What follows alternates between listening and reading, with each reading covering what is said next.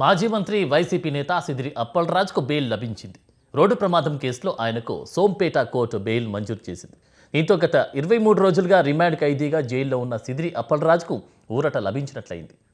గత నెల 22న రోడ్డు ప్రమాదం కేసులో పోలీసులు సిదిరి అప్పలరాజును అరెస్టు చేశారు. అనంతరం కోర్టు ఆదేశాలతో ఆయనను రిమాండ్కు తరలించారు. అప్పటి నుంచి 23 రోజులుగా జైల్లో ఉన్నారు. తాజాగా బెయిల్ కోసం సిదిరి అప్పలరాజు తరపు న్యాయవాదులు సోంపేట కోర్టును ఆశ్రయించారు.